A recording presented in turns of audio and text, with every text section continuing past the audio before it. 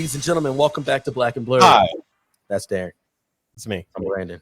You know the one thing that sticks out to me every time we play that intro? What's that? The Ephesians quote? Yeah, not just the kind of superfluous adding of it. It's the axe. Oh, man. Terrible. That's Ray, though. That's Ray, man. We can't criticize Ray. That's Ray. Yeah.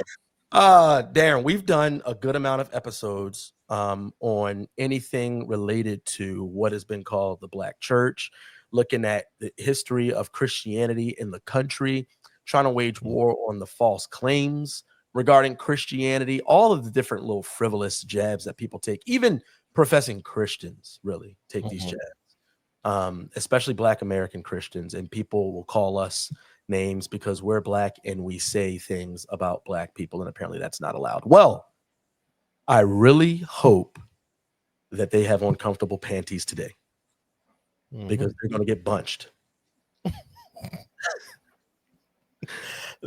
All right.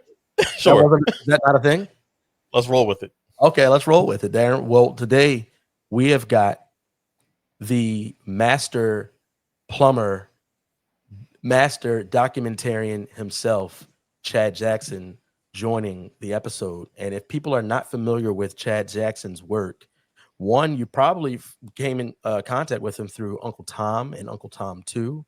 And he has like documentaries on YouTube. You can go to his YouTube channel, Chad Jackson, on YouTube. But then he also has another project in the works that is definitely meant to make heads spin. And I don't think he minds that one bit, because not only is he a husband, father, hardworking business owner and documentarian, but he's a brother. He's a brother, and he's for the kingdom. And so we're about that. He's about that. And we're looking forward to having a conversation with him. So without further ado, Chad, finally, welcome to Black and Blurred. Thank you all for having me. I've been looking forward to this one. Yeah, man. Hopefully you're not getting any background noise on my end. No, you're good. You're good. You're good. And he's going to rub it in our face and actually while we record. It's fine. It's cool. What is that cigar you got? What cigar do you have? Somebody actually gave me this box of Olivos. Oh, Olivos. Okay. Yeah. Is that a Melania or just a Serie V? What is that? A Senoritas 10. Oh, okay. Yeah. Nice. Well, look, I remember Darren knows that I've been talking about this for a while now, where I could look at someone like Al Sharpton, Jesse Jackson, and be so perplexed that people could willingly call them reverends, never question it, but then also follow along this paradigm of non-Christianity under the guise of Christianity, and it's real buffoonery. And I think that when I came in contact with your content, you put perfect words to it. And I'm excited for you to do that for our audience here on Black and Blurred. But before that, tell people a little bit about yourself. Who are you? Well, as you said, my name is Chad Jackson. I'm a native Texan. Was born and raised here in Texas. I am a small business owner, a documentarian, and just a family man, quite frankly. Nothing too extraordinary. Just making use of the fact that in this day and age, we have access to archives, information, literature, history, quite frankly. And I do feel that I have a calling to take that information, to compile it in the form of motion picture and disseminating this information by way of documentary. So yeah, just answering the call, quite frankly. Nothing to see here. You know what I mean? Just unless you want to watch a documentary. Quite frankly. I was about to say, I mean, the documentaries are really A1. Like it's first class work, really. It genuinely is. My first introduction was Uncle Tom. What led you to work on that? So it's kind of interesting how that came about. I'm actually filmmaking was kind of my first passion. I grew up in Mansfield, Texas, and I graduated in 2008, and in Mansfield, you had the ability to take electives on at a campus called Ben Barber, and Ben Barber was basically like it's a career and technology school. You can take anything from automotive classes, filmmaking classes, radio engineering, automotive, culinary arts, and Ben Barber was where I'd like to spend my time in high school, and I would take filmmaking classes, learning how to edit, learning how to work a camera, things of this nature. So it's something that I wanted to do. And after having graduated from high school, I met my then girlfriend, now wife, and realized very quickly that if I was going to marry her, then I had better have a real job. And so, I saw a trade, and that trade was plumbing, is what I ended up in. And as a plumber, I was able to learn the craft very fast. I did grow up in a household where my dad was he was a blue collar man. He owned an excavation company. He's one of 13 brothers and sisters. Wow. Who, all of his brothers are in some kind of trade. Like I said, my dad's in excavation, which is basically working with heavy machinery to do grading for developments and, bulldozers, scrapers, things of this nature. I have another uncle who's a master electrician, another one who's a master builder, another one who's who works with masonry work. And having grown up as a little boy, watching my dad and his uncles put their hand to the plow, proverbially speaking, and work, I think that was good for us to see. So working in the trades came quite naturally to me. So by the time I came of age and pursued plumbing, it's something that I was able to pick up pretty quickly, such to where by the time I was 25, I was able to start a plumbing company. Wow. And while I was running my plumbing company, I was at the same time involved in local Dallas Republican politics as a precinct chair, trying to do some things there, make a difference in terms of like raising awareness and doing all the things. And I became disillusioned of the Dallas Republican Party because, my politics is downstream of my faith. And when I was going to the Republican meetings and all this, you kind of got the sense of, for a lot of Republicans, going to these meetings is kind of like church, and they've made politics their god. And so I became disillusioned of it and began to bow out, especially as my plumbing company began to pick up. But since I was involved with the Dallas County Republican Party, my name was still kind of out there. So what's interesting is Justin Malone, who's the owner of Malone Pictures, he's a director. He's also Dallas based. And in 2018, he set out to make a film called Uncle Tom, basically exploring Black conservatism. So he went to the very first place he could think of, which was the Dallas Republican Party, and asked, who are the Black Republicans in Dallas? And somehow or another, my name came up. And so they reached out to me and asked if I would be interested in sitting down for an interview. And at first I was reluctant. I didn't return the call because, you hear a couple of white guys talking about, we were going to make a movie about Black Republicans. Yeah. And, you think, or my mind went to like, it's probably an exploitative type of thing. So I thought about it, prayed about it, and realized, well, I know what I believe. I know what I stand on. And this could be a good opportunity to talk about something bigger than politics. Yeah. So I returned the call and said, yeah, I'll be willing to sit down for your interview. So Justin Malone and Ryder Ansell, who I'm friends with to this day, they came to my shop here in Dallas, sat down for an interview. They asked really good questions, and it was a really good, natural, flowing conversation.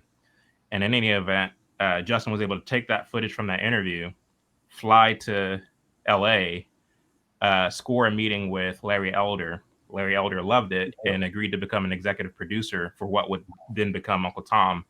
And Larry was able to connect Justin with various other personalities, Alan West, Carol Swain, Candace Owens, Brandon Tatum. And that's and out of that, we got the 2020 film, Uncle Tom. So that's my involvement. It's purely in front of the camera. By the time that film came out and we created a kind of fan base, if you will, Justin and Larry wanted to do a part 2.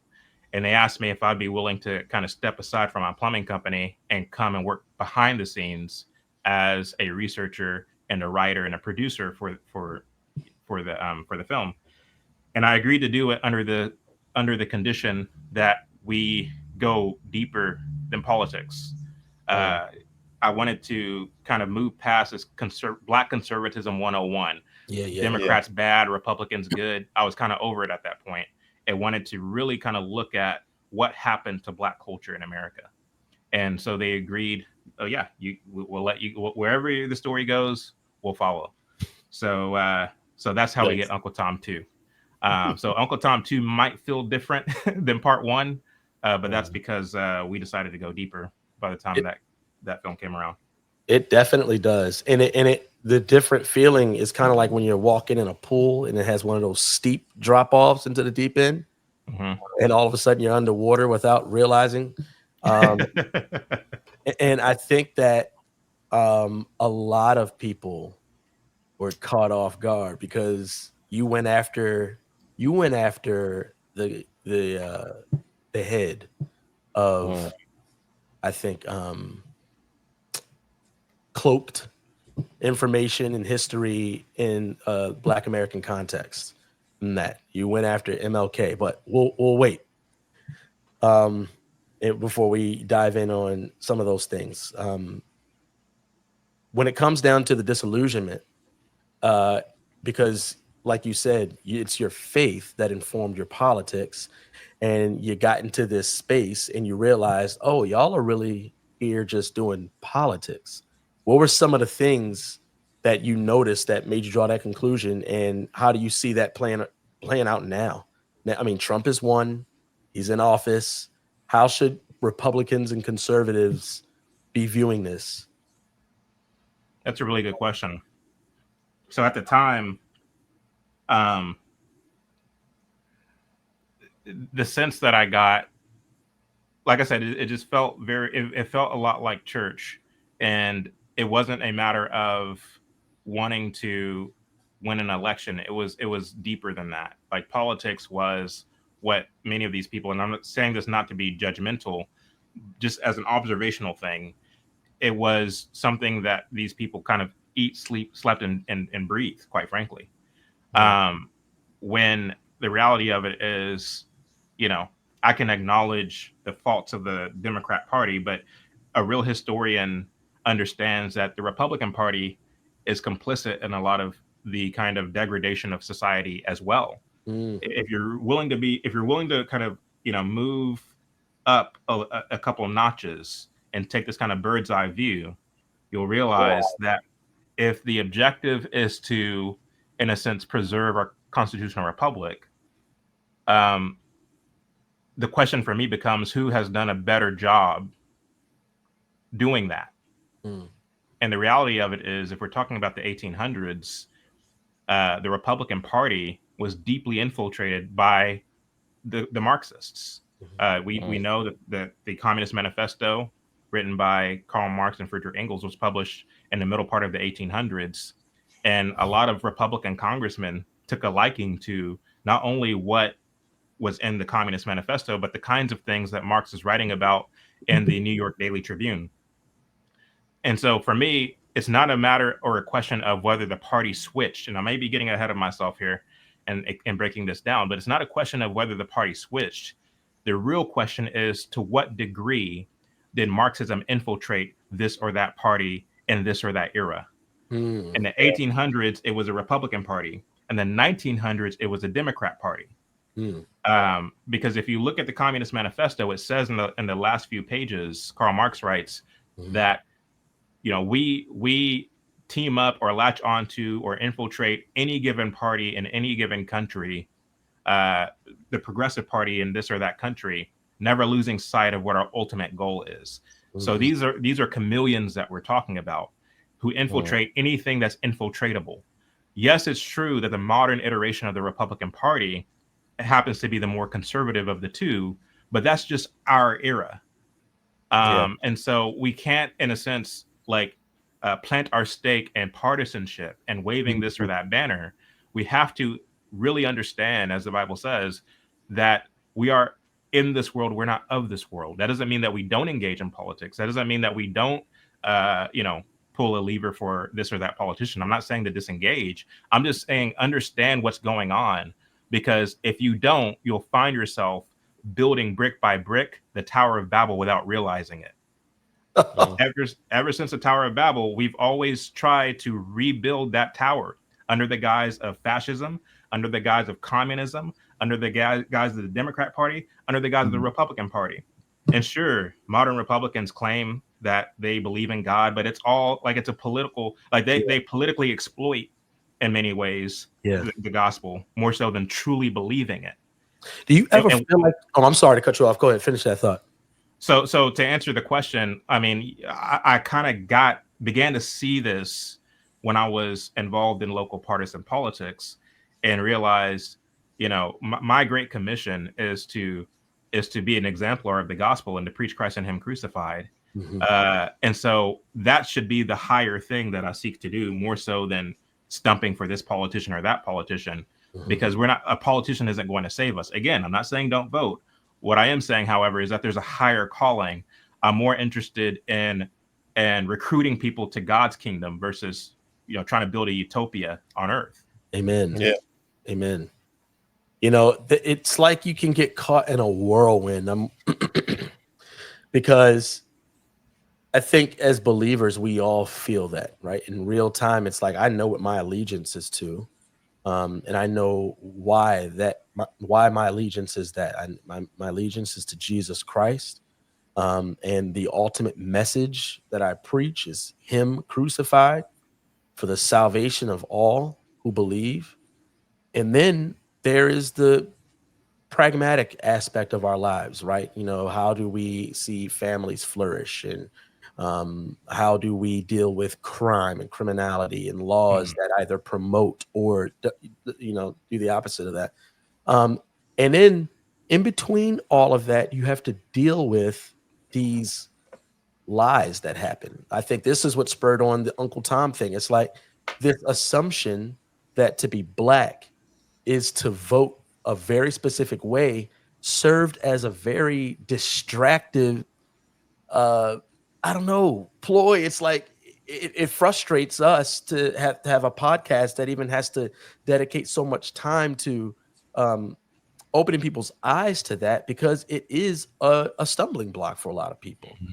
That if I don't vote as a Democrat, then therefore you're not black. And then as you go that direction, you have to deal with what you recognized in that world, where it's like, hey, I know that I'm a conservative, but I'm a conservative speaking colloquially. I'm a son of God. My analogy. I'm a Christian. Do you feel like you get caught in a whirlwind on what to address when? And, you know, if you got to push the pendulum because people are swinging it at you from the Uncle Tom angle, but then you have to make sure it doesn't swing too far. It's like, oh, I'm not one of you Republicans, though. How do you deal with that? Yeah, I mean, just doing what I do, quite frankly. I mean, one of the things that you'll notice in Uncle Tom, the original film, is we mention Republican and Democrat a good number of times, because we're talking about partisan history in a sense. But by the time you get to part two, the word Republican and Democrat isn't mentioned one time in Uncle Tom 2. Because we're dealing with the facts as they are, without any kind of loyalty or fidelity to this or that party. It's not a partisan recruitment video, whereas Uncle Tom Part 1 can be argued to be that. It can, you know, even though there's some criticism of the Republican Party, but that criticism is predicated mostly on, oh, the Republicans aren't doing enough to win the black vote, which is something I reject. Because the thing is, let's say it's true. Let's say it's true that the Republican Party is a party that is truly for conservatism, which I don't believe, which is a party that genuinely stands on biblical principles, which I don't entirely believe. Like, let's say that is true. You contradict yourself when you say we need to do more to appeal to the black vote, because what you're saying when you say that is we are acknowledging that there is an ethos or a pathology or a cultural makeup that exists in this community, that community, that community, this community. And rather than getting this community to adopt our values, we are in a sense going to have to, in a sense, compromise or change certain things or hide certain things or conceal certain things in order to appeal to this group. And so you are, in a sense, degrading yourself or what you stand for, in a sense, to broaden your tent or to appeal to this group or that group. Right. When we look at the church, and we look at seeker sensitivity, you see a lot of that going on in a lot of churches as well, where they try to fumble the ball, as so to speak, when it comes to doctrine, in order to appeal to the most amount of people. And I've been to a lot of churches trying to find a church home, and you see a lot of seeker sensitivity. And the church that we ended up landing at is a church where, when we walked in, this was a church that was actually doing life as the people of God. They were edifying. It was a spirit-filled church. And that was attractive to us. You know what I mean? Like, that was that light, that shining, or that salt that Christ talks about. Yeah. And I wanted in on that. I wanted to be a part of that. It wasn't like, oh, like, let me come down and Christ comes down. He's the one that comes down, and he's the one that takes on our sins, takes on our burdens. He's the one that comes down. But we can actually do life as the people of God, edifying one another, being edified. And when the dark and dying world sees that and understands that everything that we've tried has just been an utter failure, that should be attractive to them. And so anyway, I'm kind of off on a tangent here. My point, though, is that when it comes to Republican politics or Democrat politics or anything else that we're talking about, because the principle of these parties are so undefined, for one, and they're undefined kind of because they have to be. Each Republican convention, when they have the national conventions, they have committees, and those committees come up with what they are going to prioritize, what should be their stance on this or that issue. And then you have produced out of these committees what's called a party platform. That party platform is not concrete. It changes as the era changes, as the times change. And so, because there's no definitive, if you ask one Republican, any Republican, hey, what does republicanism mean? What is that? What's the principles of republicanism? I'm not sure that most of them can actually tell you what that is, because it changes so often. Right. And so the name of the game is to broaden the tent, as it were. And there's a lot that the policymakers and the people at the top are willing to do to appeal to the most amount of people as possible. That's the name of the game. And so what we have to ask as Christians is, are we willing to partake in that game? You know what I mean? That's a great question. And I feel that God, he puts different kind of callings on us. He might call some of us to go work within the Republican Party. He might call some of us to go work in this faction or that faction or this area or that area. I genuinely believe that, because, we're all gifted in various ways. And so I don't want, the Christian who's called to go work for the RNC, who am I to say, no, God didn't call you to do that? I'm no one to say that. But at the same time, I understand that my lane is that of documentary filmmaking, taking the history of what actually happened, politics and partisanship aside, what actually happened, what actually transpired as it relates to Marxism's infiltration into the Black church, as it relates to Marxism's infiltration into the political parties, as it relates to why the government had an interest in fabricating a civil rights movement in the first place, as it relates to a whole bevy of questions. I have a calling, I feel, to tell the story, to speak the facts, and let people do with that what they will. But it's a story I think that needs to be told. I want to move into that. You talked about being in the political arena felt like being in church, but unfortunately, post 1960s, that conflation was a done deal when it comes down to Black culture. So I want you to address that. But for a second, I want to address something that I thought was very underrated, but very profound. And it touches on what you highlighted, this ultimate demand to move the barriers of a given principle to accept more people. You end up contradicting the exact goal that we have as far as what conservatism sets out to do. And there was something, Darren, do you remember that video? I forget what year this was, but it was up during the surge of conservatism and things like that. And there was a video of these two girls. It was a gay couple, and they were shooting a rifle in a very sexually composed right, position. yeah. And and when it was a conservative account that posted this and say, see, we just want to be free. We just want to enjoy freedom. That's all we want. And so, we address that to say that this is proof that the Christian at his or her core is not a conservative, that they are a child of God, and a fruit of that is what one would call conservatism in our. Essentially, they've changed what conserving anything means. Right. I don't think the Republican Party wants to conserve anything anymore. No. Right. You just call it conservatism and move in a different direction. Right.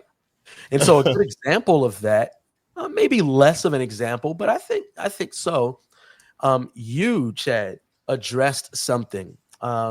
Candace had a book, her book, Make Him a Sandwich.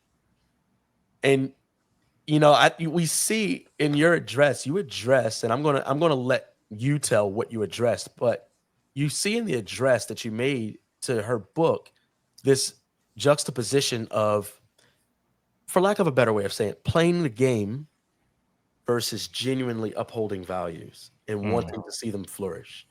Right. What was it that you pointed out regarding Candace's book? Well, so I was scrolling the social medias, which I don't recommend,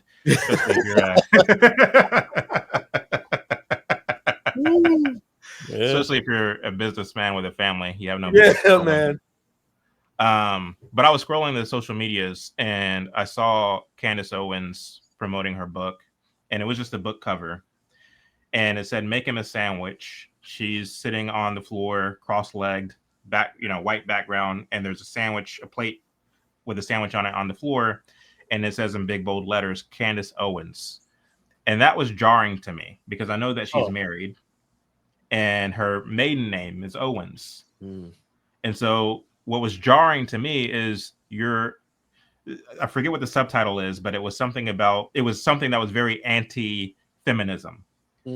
And so I thought to myself, here's a woman who is coming out as a crusader against feminism, yet and still she's selling her book not as her married name, but as her maiden name. And I thought to myself, that's actually very strange. It seems to me that if you are really going to set yourself up as somebody who's anti-feminist, you should go by your husband's name. You should go by your husband's last name. Pardon the siren in the background. But yeah, there it is right there. Candace Owens, Make Him a Sandwich. What does that say?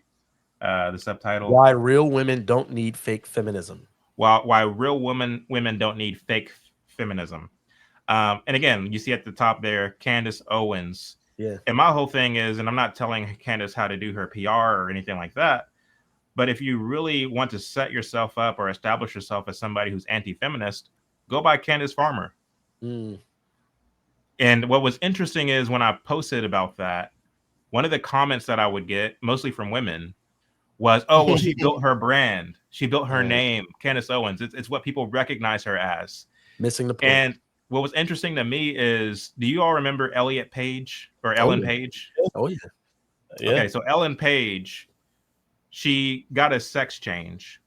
And she changed her name to Elliot Page. And she insists on being Elliot Page, so much so that if you call her Ellen Page in public or in an interview, she'll correct you on that. No, I'm Elliot Page. So here's somebody who's LGBT and believes so much in the LGBT cause that if you call her outside of the name that she now insists on being called upon, she'll call you out for it. And so if the LGBT community are so consistent and so insistent on what they believe, why then can't we as Christians insist on the values that we claim publicly to hold near and dear? Right. You know what I'm saying? So it's like, for me, like, when you hear Elliot Page, you know who we're talking about. Yeah. You can't convince me that Candace Owens changing her name to Candace Farmer, all of a sudden everybody will forget who she is. Like that to me is not an argument. Yeah. And so for the women and others to get into the comment section and say, oh, well, no, it's her brand. That once again flies in the face of somebody who's calling themselves a crusader against anti-feminism. Because one of the things about feminism is do you know what I mean? It's all about the woman. It's all about her brand. It's all about her business. And so like, if you're going to go all the way, is what I'm saying. Yeah. I'm just not convinced. And that's the point that I was making. I'm not convinced. Like, to me, it's hard to take your arguments against feminism seriously when you, by virtue of the fact that you can insist on being called Candace Owens, you know, are not exactly, you know, practicing what you preach, if that makes sense. You know, I've had that feeling for a while. I'm not going to name names, although to be honest, I'm a fan of Candace Owens. I don't agree with her everything, but I'm a fan of her using her platform to talk about things that don't typically get talked about. But this big platform building thing in the name of, I don't know what it is. I guess let's say it's Christianity or conservatism. I don't know. I just don't think they go hand in hand. That's not to say that it's wrong to have a large platform. I'm just saying that, and this is completely speculative. Typically, Christians who stand firm in their values don't just ascend. Typically, not saying it doesn't happen. It just typically. And I think you're a great example where, are we seeing your face more and more? Absolutely. Are we seeing you invited on different places? Absolutely. Are you still independent filmmaker, still fundraising and crowdfunding, hardworking at doing a film? Yeah, because that's what it takes to do the work that you're doing. And a lot of people typically don't want to be attached to that because it messes up their brand. And I think that when you have more and more people who are okay attaching to you, it just, I don't know, it typically means that there is some type of compromise that has happened there. Speculative. It's just a feeling.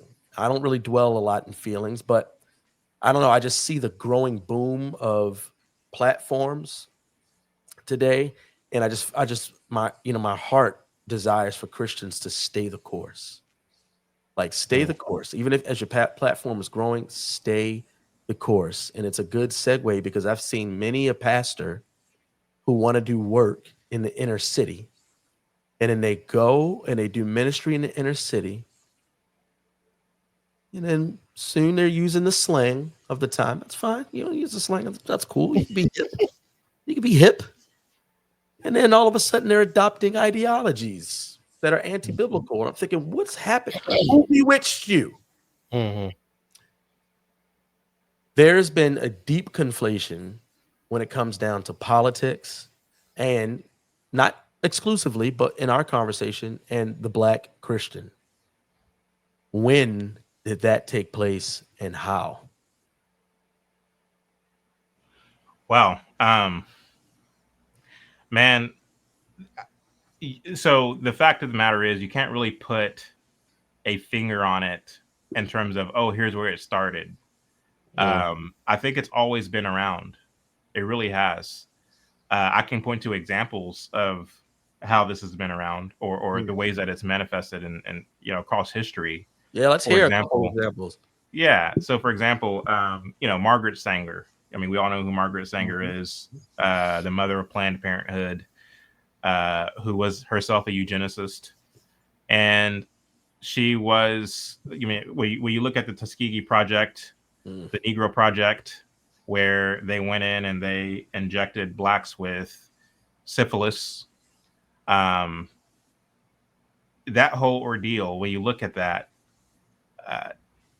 one of the reasons that the black community kind of opened up their arm, if you will, to allow this to happen to themselves was because they were encouraged to do it by their own ministers and their own pastors. Yes. Yeah. And so that's what they did, is they went after the pastors, they got them on board, and the pastors then opened up this to their congregations. Well, this wasn't Margaret Sanger's bright idea. It's not like she woke up one morning and said, I got it. She was actually advised to do this by none other than W.E.B. Du Bois. He's the one who advised her, yeah, go into the South and get to the minister. If you can get to the minister, you can get to the congregation. And so, there's plenty of examples of this. I mean, when you look at the social gospel, which was popularized under Walter Rauschenbusch, who went to London, was enamored of the Fabian Society, which the Fabian Society was a kind of another vehicle. It was another vehicle to kind of counter, not necessarily counter, but basically go a different way of going about spreading socialism in the Western world.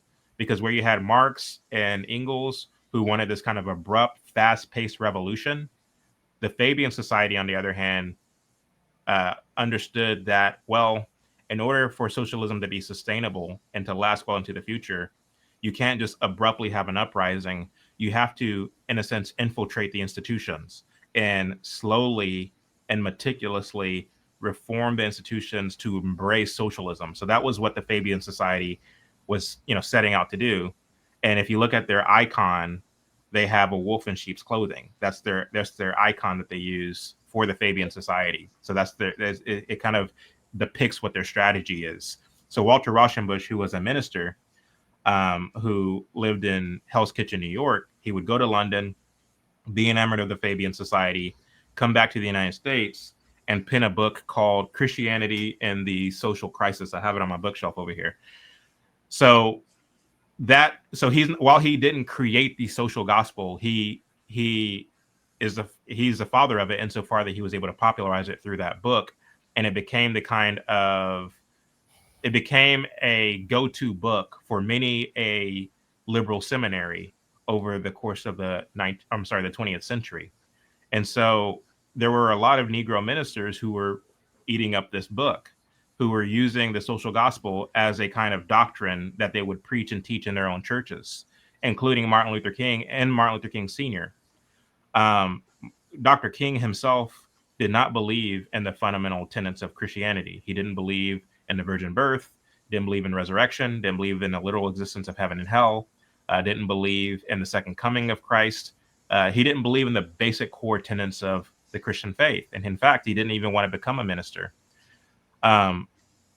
However, having a front row seat to his father's involvement in political activities, because the communists in those days in the 1930s and 40s were putting on all of these kind of events in the South that Martin Luther King Sr. would frequent, along with Ralph Abernathy, who was older than King, and Ralph Abernathy was King's closest friend, along with people like Rosa Parks, who was much older than King as well. When you look at communist activity in the South in particular, specifically in Montgomery, Birmingham, and Atlanta, dating as far back as the 1920s, you understand that because of the kind of deep-rooted communist presence in those three cities, in the times when King was still in diapers, it wasn't as though King would come along and have all of these grandiose ideas and change the world. No, he was born into a tradition of a kind of merging of Marxism and the church, the Black church. And so the interesting thing about King is that he was an extraordinary mimic. He can mimic anyone. This is evidenced by accounts and testimonials by those who knew him the most, or who were closest to him. He can mimic any pastor or minister or actor. I think if not a minister, King would have made a great actor. He would have been like a Sidney Poitier caliber actor. Just in terms of his oratory, again, he grew up having a front row seat to his father's preaching. And so he would witness his father's cadence and the way that he would conduct a sermon. And King could basically recite it verbatim because he had a kind of photographic memory. And so when you look at, again, his photographic memory, his extraordinary mimicking abilities, his oratory skills, he could put on a really good front. He was a very charming man, a very dapper man. So he was ripe for what he would eventually carry out in terms of basically pushing the so-called Black church more to a Marxist bent. And so this thing, I mean, again, it predates King, and King just kind of falls into this kind of tradition that pre-exists him. So we see it carrying on. I mean, when you look at the like Ebenezer Baptist Church today, Yeah. and its current lead pastor, who himself is a Democrat senator. When you look at the kinds of things that he says behind that pulpit, Yeah. when you look at someone like a William Barber, who is the current leader of the Poor People's Campaign, which was started by Martin Luther King. In a sense, the Poor People's Campaign, by the way, was the second phase of the Civil Rights Movement. While the first phase focused on race, the second phase was supposed to focus more so on the larger proletariat, which is everybody, regardless of race, kind of coming up to coming up, collectivizing, and rallying against the so-called bourgeoisie in order to implement Marxist policies. That was the goal and the purpose of the Poor People's Campaign. When you look at its current leader and how Marxist he is, and how diabolical, and how basically how big of an apostate he is. And I say that again, not to be mean, but just to call it how I see it. Yeah. When you look at the so-called Progressive National Baptist Convention, which King helped to start after he got kicked out of the National Baptist Convention because they tried to radicalize radicalize the National Baptist Convention, and basically steal away leadership from Joseph H. Jackson, who was, for all intents and purposes, a conservative kind of Booker T. Washington-esque pastor who led the largest Black church organization in the country. Wow. I think it boasted about 5 million Black churchgoers. And Joseph H. Jackson, again, comes from that tradition, that Booker T. Washington tradition, who believed that, we're not going to make our way in this country by beating down the doors of white folks or lobbying for legislation, but rather the way that we can really make our way in America is by casting down our bucket where we are. And he didn't just speak about this rhetorically. He actually lived it out. One of the things he did, for example, was acknowledging the fact that there was a number of Black sharecroppers in the late 50s, early 60s, who were being cheated out of their wages, who basically were running around in circles and not able to kind of work their way up because of the kind of agricultural conditions and the way that things were. And so what the National Baptist Convention did under the behest of Joseph H. Jackson was buy 400 acres of farmland in Tennessee, and they allowed for these Negro sharecroppers to work the land rent-free and pocket their money that they might then go and buy their own farmland, so they're not beholden to a landlord. So these are the kind of practical things that Joseph H. Jackson did. Martin Luther King's contingent wanted to wrestle away leadership from Joseph H. Jackson, and so they got a minister by the name of Gardner C. Taylor. They got him to run because he was an established minister himself who was preaching the social gospel. They got him to run. Martin Luther King would have run, but he was just fresh out of Boston University. A very young man, didn't really have the same kind of bona fides as Gardner C. Taylor. So they got Gardner C. Taylor to run. And the idea was that once Gardner Taylor wins, Martin Luther King would come and succeed him. So that was the strategy that they had. And so Joseph H. Jackson in 1961 won the presidency for the National Baptist Convention quite handedly. And as a result of this, Gardner C. Taylor's faction wanted a roll call count, and Jackson wouldn't allow it. And so they rushed the stage. A brawl broke out, and in the skerfuffle, a minister was pushed off the stage, cracked his skull, and died. And as a result of this, a committee in the National Baptist Convention voted to oust Martin Luther King because he was causing trouble. Wow. And so after they got kicked out of the convention, they went and started what was called the Progressive National Baptist Convention. And today, the National Baptist Convention, which is still in existence, they're advocating for LGBT. They're advocating for, like the whole nine, abortion. They partnered with Planned Parenthood on a number of occasions. Yeah. So this is what the National Progressive National Baptist Convention is. And so whether we're talking about Ebenezer today, the Progressive National Baptist Convention today, the Poor People's Campaign today, all of these things that King either started or helped start, they are pushing anything but the gospel. Yeah. And so again, there's a long tradition of this kind of thing that King in many ways were the figurehead of. Is this information? I mean,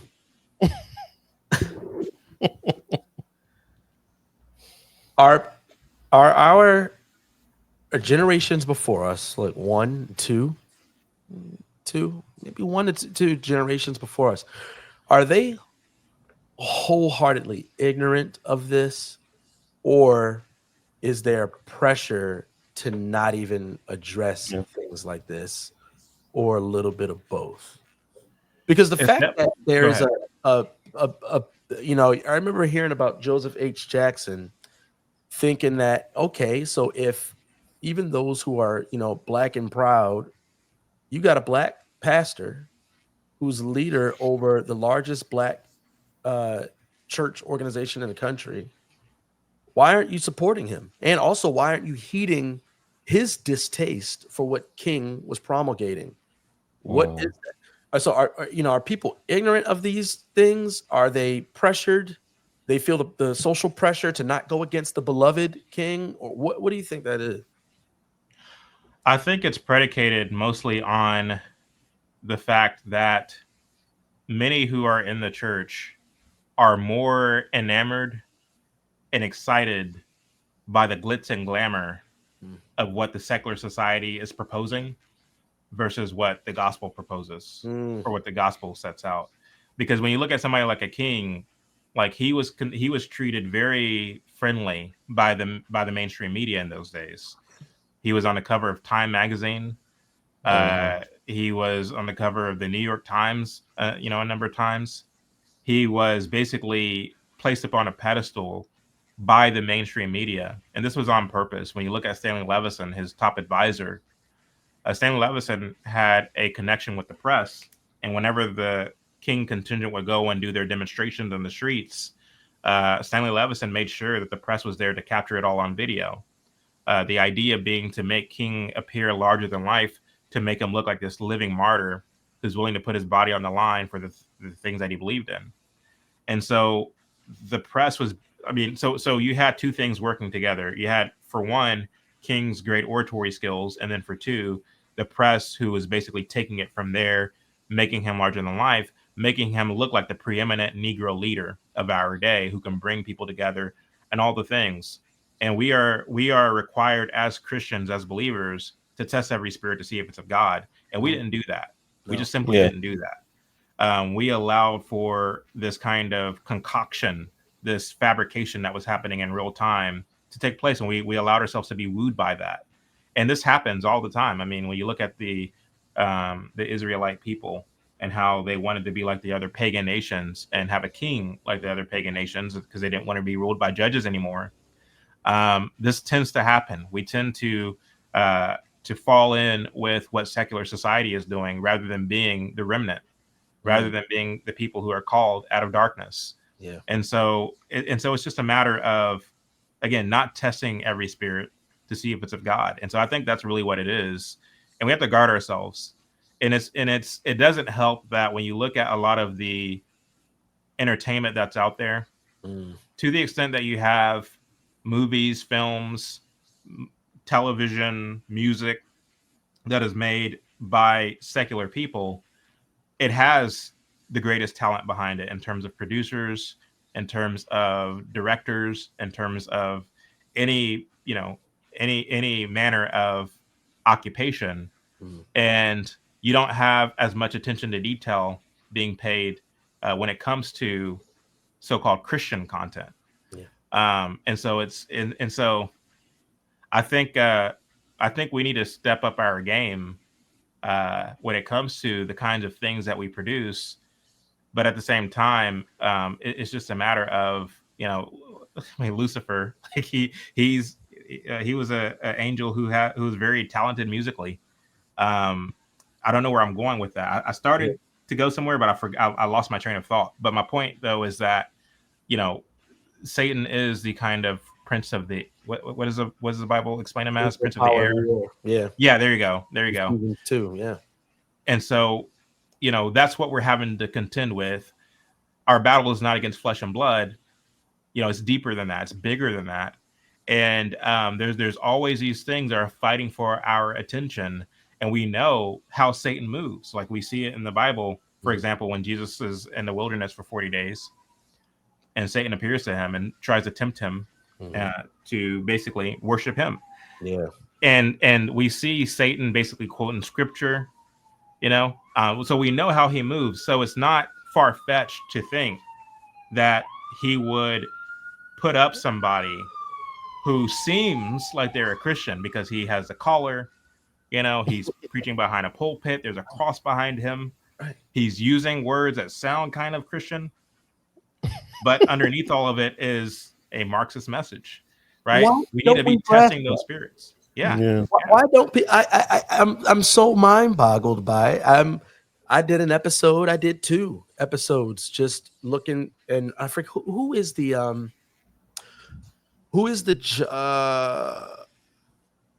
what did he say? He said that I am an MLK biographer and I'll never view him the same or something like that. It was an MLK biographer who basically just scoured through the FBI memos on MLK. I know what you're talking about. Yeah, I know what you're talking about. I don't remember his name, but I do know I did see that. I saw that on X a few days ago. I'm so mind boggled by the responses I got from people after doing that episode. I'm not saying that I expected people to say, oh my gosh, yeah, that's ridiculous. I'm disavowing him. To God be the glory. I don't expect that out of humans. Right. But people gave me the yeah buts. And I'm thinking, hold on, did you hear what I just said? What do you mean, yeah, but? This dude was a pastor. Not only a pastor, he professed faith that he didn't have. Not only did he profess faith that he didn't have, we continue to honor him today. Not only do we continue to honor him today, we mention his name during the worship services due to our King. And people are butting me. I remember in that notorious year, Darren, when a certain Ravens player had a drunken night with his fiance in Vegas, and he was caught on tape hitting his fiance. Now, that Ravens player's profession, his job, is to carry a ball and run fast. And after watching that video, the decision was you are no longer qualified to carry a ball and run fast. Right. And Michael Vick. Michael Vick. Yeah, Michael Vick. Eagles. Michael Vick. Yeah. Yeah. It's like, but we get to Martin Luther King, and it's like, well, but yeah. Oh my gosh. But I mean, what's apparent to me is that he never professed to be a Christian. Like when I watch Martin Luther King's speeches, where does he ever mention the gospel? No. He's never said the gospel. So I'm trying to figure out like where, like you said a couple generations ago, were they listening for the gospel ever? Was that something a part of like even some of our old church? Is the gospel something that's ingrained in us that we mature in as we get older and older and older, or are some of the elders in our churches still babies in the faith and can't really hear or don't know what they should be hearing from their shepherd, to the point where as long as you can, like you said, have a collar and say words like predominantly in weird ways and cadences, that now you're a shepherd. Like, and he said, go ahead. He just says words backwards for no reason. And King was like, always making up words. Yeah, he would make up a word quick. It's like, what is we can't. What white society likes to do is to thingify. I was like, what? Right? Thingify? What is thingify? We need to move. Oh man! We need to move from a thing-oriented society to a person-oriented society. It's like, okay, just say that then. Yeah. But I mean, But he was always making up words, and again, he had the cadence of a minister.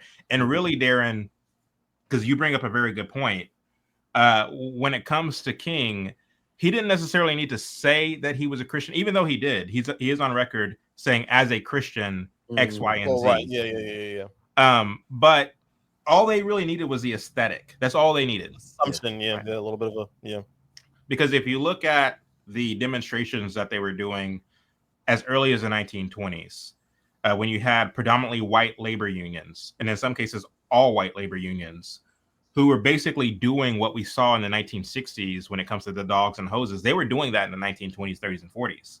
These all white labor unions. The strategy was, and it was called direct action.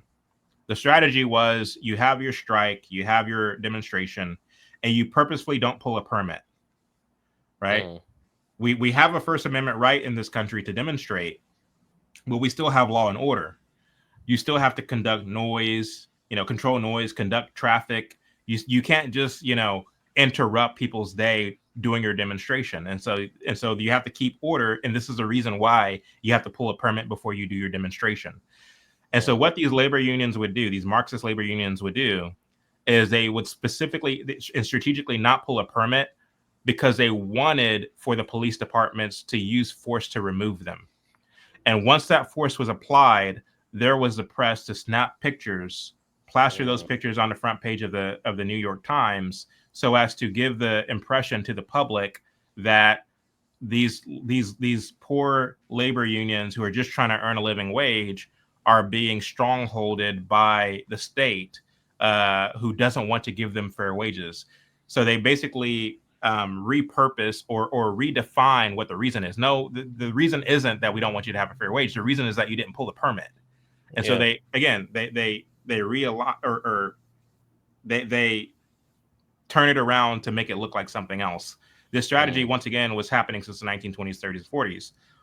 By the time you get to the 1960s and you now have television at play, it's no longer just the newspapers. It's now television. It's now you watching your favorite Western, and it gets interrupted by these scenes that are happening in Birmingham, Alabama, right? Wow. And so the difference, though, is that the communists since 1917, quite frankly, because you had the Russian Revolution, and you had a lot of that same kind of agitation going on here in the United States. It was different here in the United States because of for a number of reasons, which we can probably get into later on, but you didn't have the same impact here in the States as you did in Russia in terms of the revolution that they were trying. They didn't only try in Russia, they tried it around the world. But you had, in many cases, the communists who were actually trying to violently go after various entities that they saw as their enemy. But those factions were being met with force, and the public's reaction to it was, oh, look at those Reds, look at those communists. They weren't on their side because they saw them as a bunch of hooligans, a bunch of thugs who were trying to destroy the country. That was the public's kind of perception of what the communists were trying to do. By the time you get to the 60s, you now have the aesthetic of a Negro minister. They were doing the same things, but now it's not an agitator. It's now a minister, and they're praying in the streets, and they're kneeling, and they're doing things. They're dressed, in their Sunday best. It creates a different kind of scenario. And so if you can show these people who just were like, I saw the scenes of them praying, and then the very next, moment I see dogs and water hoses, fire hoses. That does something to you psychologically to where you're now neutralized as a society, and you're no longer having the debate over states' rights versus, federal authority. That debate goes completely out the window because you're now emotionalized to cast your lot with this movement because it's a Christian movement, not realizing the fact that they're up to something more nefarious. And so, we can talk about that if you want, because like one of the things that they would do is they would exploit grievances. Some grievances were real, others were hoaxes.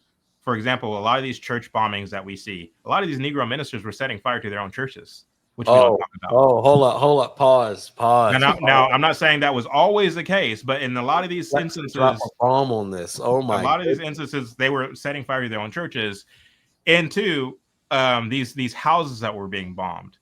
Look up Carl Braden and what he did.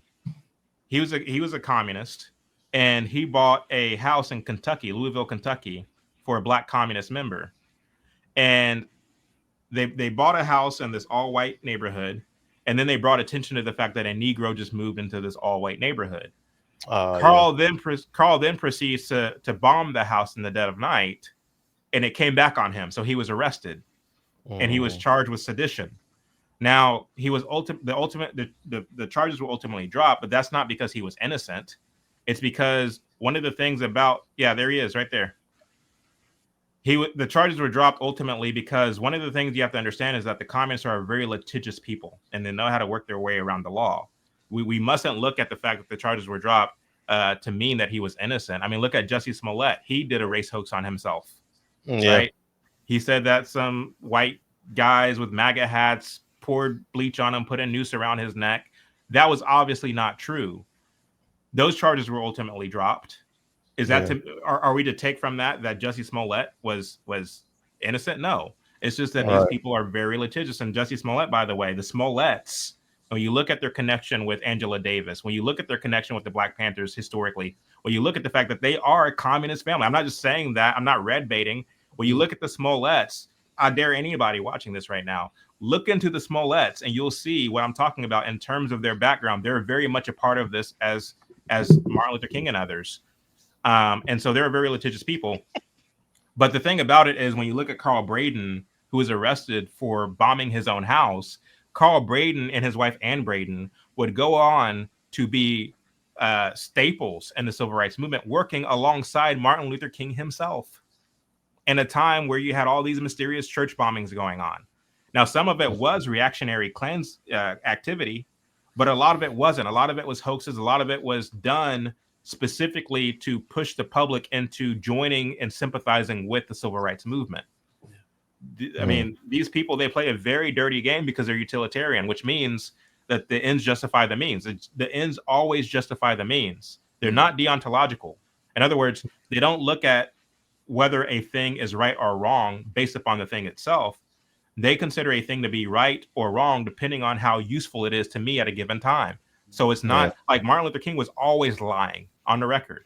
He was always asked, like, are communists a part of your movement? No, there's no communists a part of my movement.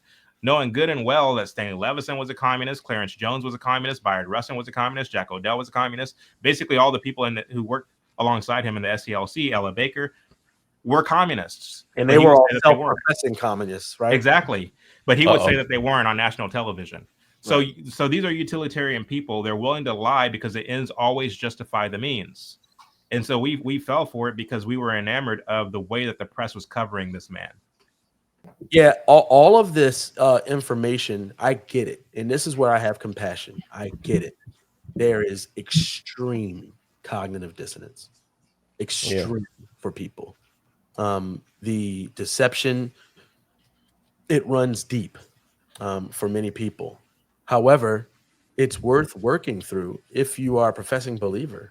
And who besides a professing believer has a framework like you laid out, even when we look at the character profile of the serpent and the enemy? Who besides a professing believer has a worldview that fits this paradigm that says that, hey, deception runs deep. And sometimes I fall for it and need my eyes open to it. Like that we need to recognize that is a part of our worldview as Christians. And I'm grateful for the work that you're doing here, Chad, and all of that. And you have an upcoming documentary. What are people to expect from this one? So this is actually a docu-series, which means that there will be at least 10 episodes. Wow. And it doesn't just pick up with Martin Luther King. It actually starts before Martin Luther King, because we cover a lot of history leading up to King and then the implications of his becoming a so-called leader. So we start with the Tower of Babel. We then work our way to the American Revolution and the Constitution. We work our way through the Civil War. We talk about what was going on in the 1930s with the National Negro Congress, which would later morph into King's civil rights movement. and then we work from there to kind of the present day. We talk about too how King was enshrined and how the Martin Luther King Day became a national holiday, and how you had the federal government who's really pushing um, to cast King as a kind of patron saint for us in the United States, to in a sense utilize as a limitless credit card, and in the wake of his martyrdom, to constantly push socialist policies. Because anytime they want to push a new policy, they get a politician to go up to the House floor or to the Senate floor and invoke the late great Martin Luther King. Right, this bill will help us live out Martin Luther King's dream, is what they always say. Yeah. And so he, in the wake of his martyrdom, the federal government will continue to use his name to, in a sense, expand itself at the expense of state sovereignty and individual liberty, because that's what it's always about. It's what it's always been about. Going back to, again, the Constitution, and how you had the Federalists and the Anti-Federalists, and the Federalists, specifically Alexander Hamilton, wanted a strong, overarching, powerful federal government, whereas on the other side you had people like Patrick Henry who wanted state sovereignty. And so that's what the debate was during the days where the Constitution was being ratified. And that debate, even though we ended up getting our Constitution and our Bill of Rights, it wasn't a settled score, because not even 100 years later, you have a lot of the things that the Anti-Federalists were warning about actually happening. Yeah. And so as a result of this, they seceded from the Union. Contrary to popular belief, it wasn't about slavery, because many of the Southern gentry disagreed with slavery. They just wanted to phase it out in the same way that the North was able to phase it out, because they understood that industrialization was on the rise, that machinery was on the rise, and that they would no longer have use for slaves. So for some of them, it was a practical thing, and for others, it was a moral thing. And so you did, like, our idea of what slavery was. And I know this is I know that what I'm saying seems to be blasphemy to a lot of people, because, oh, you're trying to make slavery a good thing. No, I'm not trying to make slavery a good thing. I'm just calling it how it is. Right. You know what I'm saying? So you had slavery that was being phased out, and you had what was called the Corwin Amendment. I'm hoping I'm saying that right. The Corwin Amendment, which was basically Senator Corwin saw that we're about to lose the South. They're about to secede. Let us now push an amendment that will allow slavery to exist in the states that it already exists, and we'll be able to push these other bevy of policies. The South rejected it, because they rejected the Corwin Amendment, because for them it wasn't about slavery, it was about state sovereignty. In fact, the president of the Confederate States, a man by the name of Jefferson Davis, if you look at his writings, even he is saying, like, no, we don't believe that slavery should exist in perpetuity. We want to phase it out in the same way that the North was able to phase it out. And so it's a matter of, like, do we stop it now, or do we phase it out incrementally? And this conversation that we're having, it's a conversation for grown-ups. Yeah. It really is. Like, you can't be a little boy trying to have this conversation, pearl clutching the whole time. Right. Because the reality of it is, the world is a very volatile place. Yeah. Slavery existed all over the world, and it still does. But slavery existed all over the world because for the better part of human existence, it's been the kind of way the economy works. Yeah. This new kind of free market enterprise system is a fairly new phenomenon that most of us don't really understand. We don't really have a lot of grace for that conversation. So the reality of it is, you're fine. So the reality of it is, we flesh these things out in a nice paced way, that we try to basically look at the nuances of American history leading up to the popularization of King. Because if the issue is state sovereignty versus federal authority, that's the question that we're always coming to over the course of American history. It's a question that existed during the ratification of the Constitution. It's a question that existed during the Civil War. It's a question that existed in the 1930s, when FDR was trying to push a lot of his socialist policies and was running into the roadblocks of not only Congress, but also the business community, who saw, like, no, what you're trying to push is communism, and we don't want it. And so that's why they really pushed the National Negro Congress to use blacks as a means to basically break down state sovereignty and vest the federal government with more authority. You saw this question once again in the 1960s with the Civil Rights Act of 1964, which, in keeping with the Marxist strategy of the government owning the means of production, sought to basically have the government, the federal government, say, you know, as a business, as a small business, you have to serve everybody. You have to hire and fire. You have to hire everybody. So it's one of these things when you look at segregation, where I don't believe that the state should have a right to dictate what door a Negro does and doesn't go out of. I don't believe that the state should have a right to dictate where a Negro can sit in the movie theater. I believe that that decision should be left up to the owner of the movie theater, to the owner of the restaurant. I believe that businesses should have the right to discriminate. As a business owner myself, I'll tell you, I should have the right to discriminate based upon who I hire and fire and who I serve. That should be my right. And guess what? The white man should have that right too. And in fact, I think it would be a better society if people had the right to discriminate as the way they see fit. Because if a white man is serving me at his restaurant because he's coerced to do so by the federal government, who's to know the man isn't back there spitting in my food? I'd rather you tell me, that you don't like me, so I can know what to stay away from.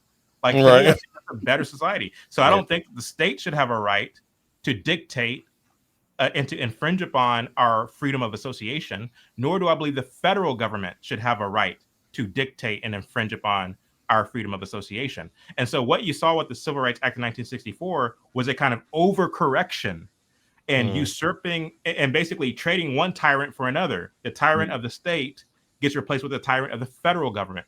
It used to be the state telling us who we can serve and can't serve. Now it's the federal government coming in and saying, no, you have to serve everybody. And so if you're the Christian, bakery owner, you have to serve the gay wedding and all these things under the behest of the Civil Rights Act of 1964. And so it's always been an issue of state sovereignty versus federal authority, and that's the debate that continues to this very day. So we cover a lot of that in the docuseries in the MLK Project, and we're looking at a late September, early October release of season 1. But my thinking is that these seasons will continue to be released into February, Black History Month of 2026. Oh yes, perfect. Absolutely. Hey, I need to make sure that I get any type of link that people can click on, so I can put it in the description of this episode so they can support that and donate, because you're still funding it, correct? We're still funding it. We took on this kind of, if we build it, they will come kind of mentality versus waiting on permission from a studio or from whomever. We decided to go straight to the supporters. Yeah. And what I did, the way that I did it was I just started making the project, and I would release little clips here and there and say, look, this is what I'm working on. If you want to help out, here's a link where you could do that. And thankfully, we've gotten over 500 people to contribute to the effort. And so it's definitely a ground up thing. And, we started our company, Historia Revelata, which is basically my vision for Historia Revelata is a documentary filmmaking company that will cover not only the civil rights movement, but also other social justice movements over the course of history, and even beyond social justice movements, just looking at history, both in the distant past and, things that happened in yesteryear, to really put the archives in the books in order to challenge the prevailing narrative that our kids unfortunately are getting in the history books. Yeah. Guys, you listening, watching this, you know that our theme passage here is Ephesians 5:11. Have nothing to do with the unfruitful works of darkness, but rather expose them. I think that's something that unfortunately seems taboo to modern Christians, but it's actually part of the Christian lifestyle. Some in higher magnitude, some in greater frequencies, but at the end of the day, we want nothing to do with things that deceive and deter people from flourishing. And not only do we not want to do anything with that, we actually want to expose those things that deceive and deter flourishing and promote toxicity and poisons and things like that. So, Chad, you are doing that most certainly, and I appreciate it. I appreciate the effort and the work that you're putting into that.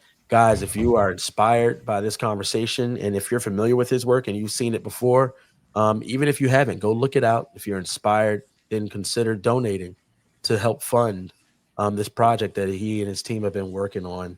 We're going to take our donations from this month and contribute it to that project. Oh, wow. But I'm grateful for you, man. I'm grateful for you. Only next thing now is for us to find ourselves in Texas, because you're definitely not going to come back to Baltimore. I can clean your windows. Yeah.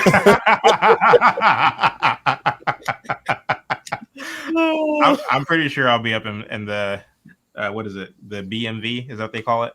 DMV. So here's the thing about the DMV. That's Baltimore's DC, Maryland, and Virginia. Baltimore's not a part of that. Oh, okay. Yeah, it's not. It's that kind of DC hub and everything that borders DC. So only the Maryland parts that border DC is a part of the DMV. Baltimore is a separate world. I learned something new today. Yeah, I learned something new today.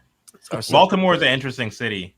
It is. I grew a love and admiration for the people there, believe it or not, when I visited, because I've actually visited maybe 2 or 3 times in the past 2 or 3 years.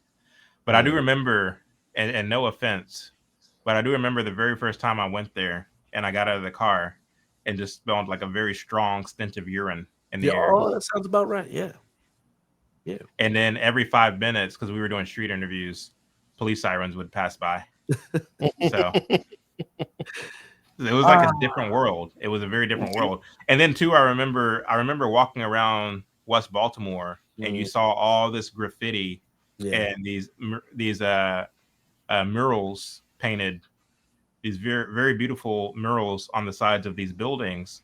And it was a lot of iconography of the struggle. You were constantly reminded of the struggle everywhere you went, whether it's a picture of King or Malcolm X or George Floyd or whatever the case may be. It's like, man, imagine being a child growing up in West Baltimore, and everywhere you look, you see iconography and images of the struggle. Right. What stories are you getting from this imagery? Yeah. You know, It's very fascinating. I mean, it's even more, even more interesting to grow up in that exact environment and have parents who don't raise you in that. They raise you in history, but they raise you through the lens of the gospel. And it puts us on the front lines with you. And it's grateful to be on those front lines with other brothers and sisters who want to see Jesus's name glorified and people's lives absolutely transformed by it. So I'm grateful for it.